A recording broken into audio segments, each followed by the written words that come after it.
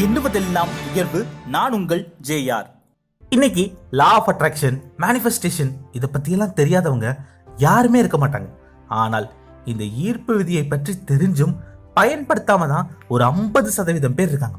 இன்னொரு 30% பேருக்கு ஈர்ப்பு விதினா என்னன்னு தெரியும், அதை ட்ரை பண்றாங்க. ஆனால் தப்பா ட்ரை பண்றதுனால அவங்களுக்கு ஈர்ப்பு விதி சரியா வேலை செய்யல. ஒரு 20% பேர் மட்டும்தான் ஈர்ப்பு விதியை சரியா பயன்படுத்தி அதை அடையவும் செய்யறாங்க. எந்த ஒரு விஷயத்தையும் நாம தேடி போகாம நம்மளை நோக்கி அதை வர வச்சா எப்படி இருக்கும்? அதுதான் ஈர்ப்பு விதி. இப்போ பணம் சம்பாதிக்கிறதே இருக்கட்டுமே, பணம் சம்பாதிக்கணும்னு நினைச்சு பணம் பணம் பணம் பின்னாடியே ஒன்னா பணத்தை சம்பாதிக்க முடியாது. பணத்தை ஈர்க்க நினைத்தால் ஈர்க்க முடியும். பணம் தானா உங்களை சேரும். இது சாத்தியம்தான். ஆனா நிறைய பேர் தவறான வழிமுறைகளை பயன்படுத்துறதுனால ஈர்ப்பு விதி, லா ஆஃப் அட்ராக்ஷன் சரியா ஒர்க் அவுட் ஆகல. உங்க வீட்டு கதவு, ஜன்னல்கள் எல்லாத்தையும் சாத்திட்டு வீட்டுக்குள்ள உட்காந்துக்கிட்டு பட்டாம்பூச்சி என்னை தேடி வரணும், பட்டாம்பூச்சி என்னை தேடி வரணும் அப்படின்னு ஈர்ப்பு விதி மூலமா முயற்சி செஞ்சா பட்டாம்பூச்சி வருமா? இல்ல கொஞ்சம் முயற்சி எடுத்து ஒரு தோட்டத்துக்குள்ள நீங்க போயிட்டு அந்த தோட்டத்துக்கு நடுவுல உட்கார்ந்து பட்டாம்பூச்சி என் தோல்ல உட்காரணும் அப்படின்னு நினைச்சா பட்டாம்பூச்சி உங்களை தேடி வருமா? அப்போ சரியான இடத்துல சரியான விதத்துல ஈர்ப்பு விதியை பயிற்சி செய்யும் போது அது கண்டிப்பா வேலை செய்யும்.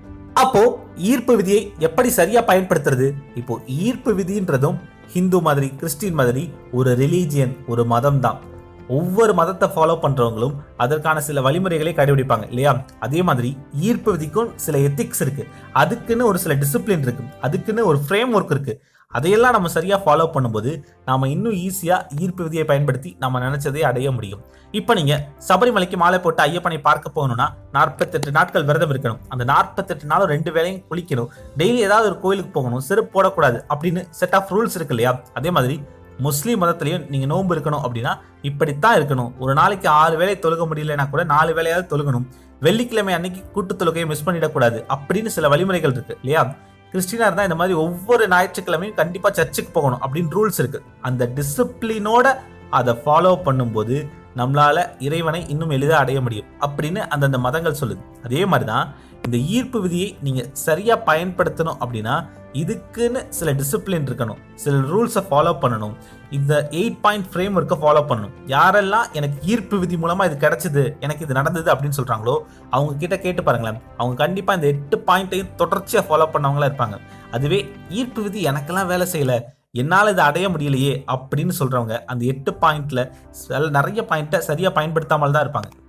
இந்த 8 பாயிண்ட் உங்களுக்கு சரியா புரிஞ்சிருச்சு, இதை நீங்க ரெகுலரா பயன்படுத்தினீங்க, இதே ஆட்டிடியூட்ல நீங்க இருந்தீங்க அப்படின்னா கண்டிப்பா உங்களால ஈர்ப்பு விதி மூலமா நீங்க நினைச்ச பொருளை, நினைச்ச விஷயத்தை, நினைச்ச இடத்தை அடைய முடியும். அந்த 8 பாயிண்ட்ல முதல் பாயிண்ட் என்னன்னா டிசையர் அண்ட் கிளாரிட்டி.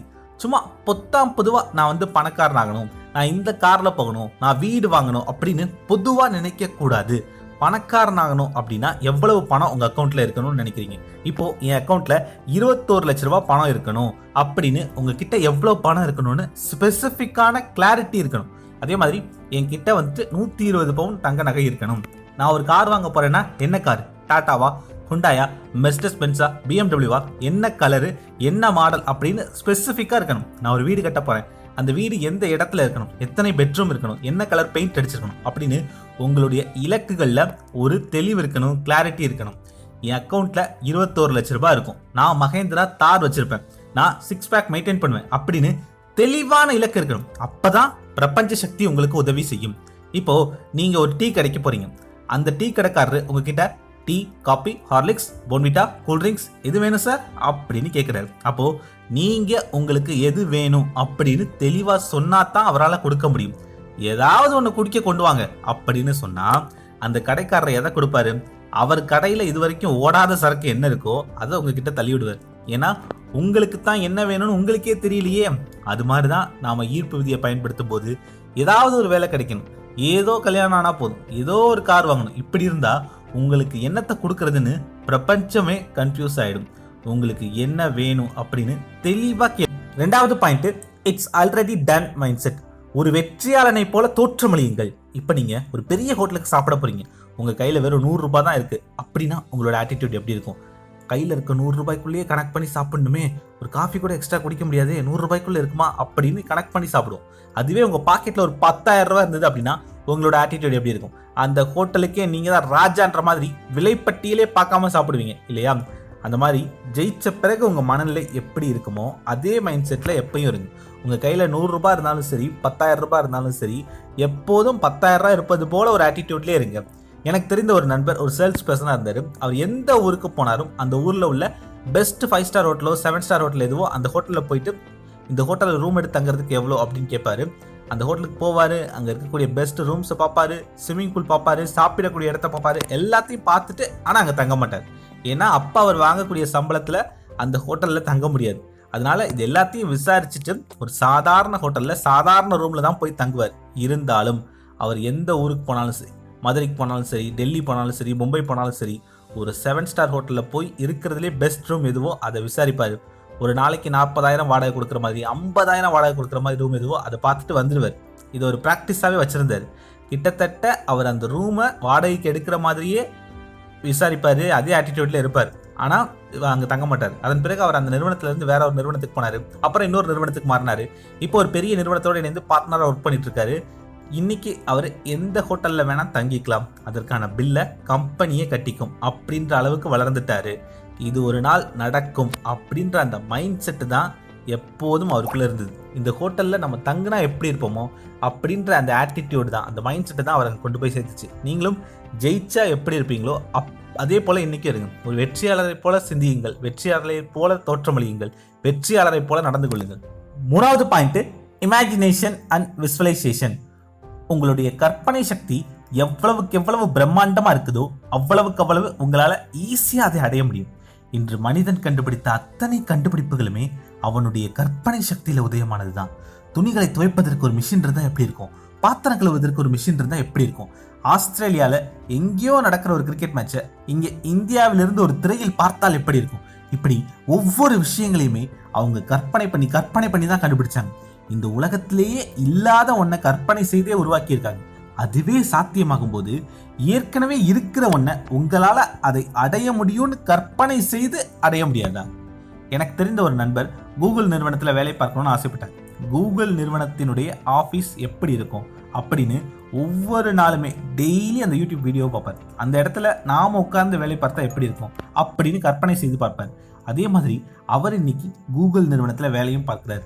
கூடிய சீக்கிரம் அவரோட ஒரு பாட்காஸ்ட் மாதிரி நம்ம சேனலில் வரப்போகுது. அது கேட்டு பாருங்கள், இன்னும் இன்ட்ரெஸ்டிங்காக இருக்கும். நீங்கள் எவ்வளவு நாளாக யூடியூப் பார்க்குறீங்க, என்னைக்காவது ஒரு நாள் கூகுளோட ஆஃபீஸ் எப்படி இருக்கும், மைக்ரோசாஃப்ட் நிறுவனத்தினோட ஆஃபீஸ் எப்படி இருக்கும், ஃபேஸ்புக்கோட ஆஃபீஸ் எப்படி இருக்கும் அப்படின்னு வீடியோ பார்த்துருக்கீங்களா? இன்றைக்கி அந்த வீடியோவை தேடி பாருங்கள். அந்த மாதிரி ஒரு நிறுவனத்தில் நான் வேலை பார்க்கணும், அந்த ஆஃபீஸ் எப்படி இருக்கணும் அப்படின்னு கற்பனை பண்ணி பாருங்கள். அடுத்த point, affirmation and inner dialogue.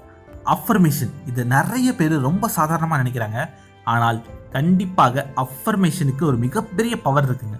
வார்த்தைகளுக்கு சக்தி இருக்கு.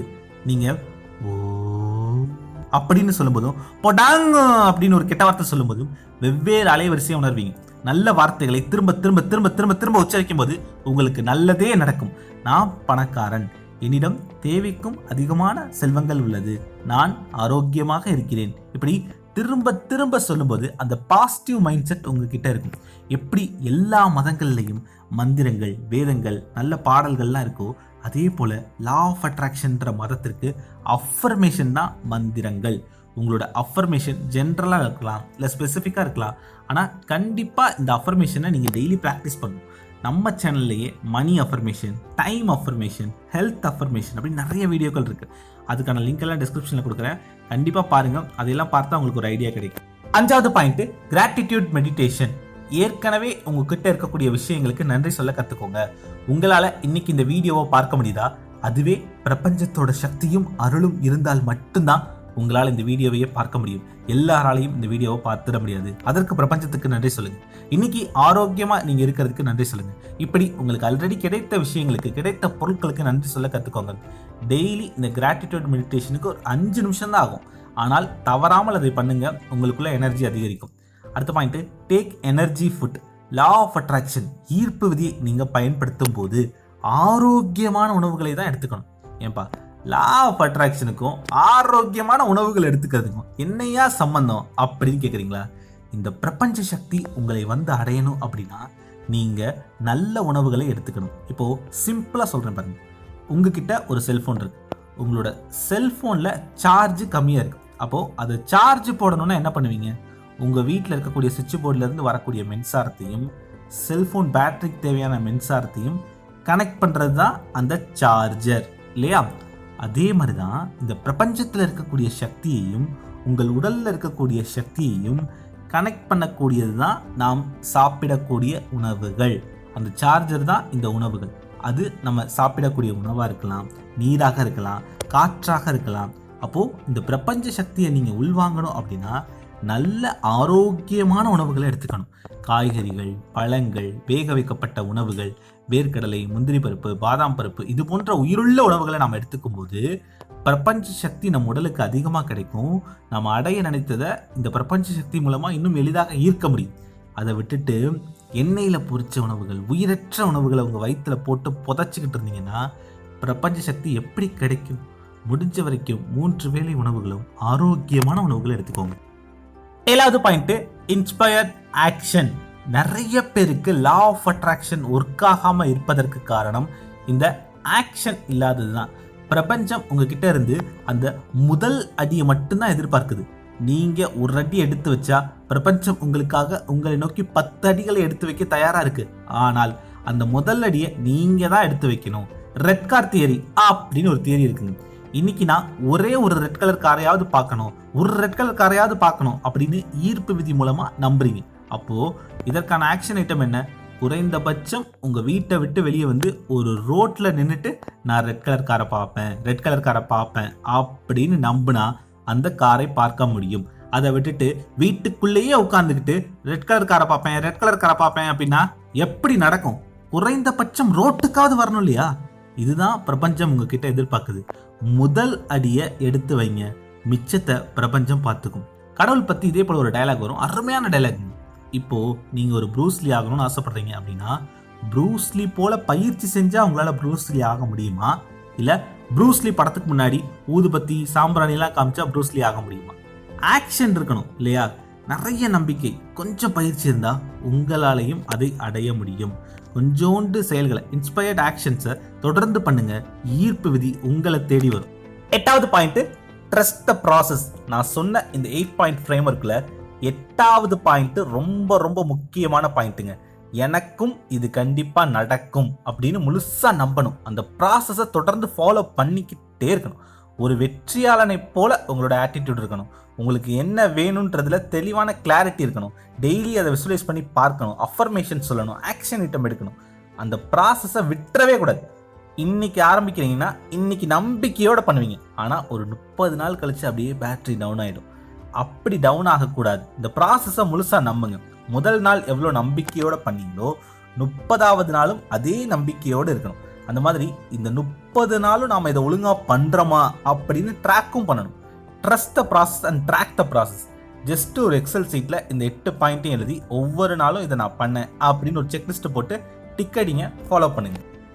அதே மாதிரி KPI அப்படின்னு ஒரு விஷயம் கேள்விப்பட்டிருப்பீங்க. Key process indicator. பெரிய பெரிய நிறுவனங்கள், பிஸ்னஸ் பீப்புளெலாம் பயன்படுத்துவாங்க. இந்த ப்ராசஸை நம்ம கரெக்டாக தான் பண்ணுறோமா அப்படின்னு செக் பண்ணுறது, மானிட்டர் பண்ணுறது இந்த KPI. இந்த மாதிரி லா ஆஃப் அட்ராக்ஷனுக்குன்னு ஒரு KPI ஃபைல் நான் ரெடி பண்ணியிருக்கேன்.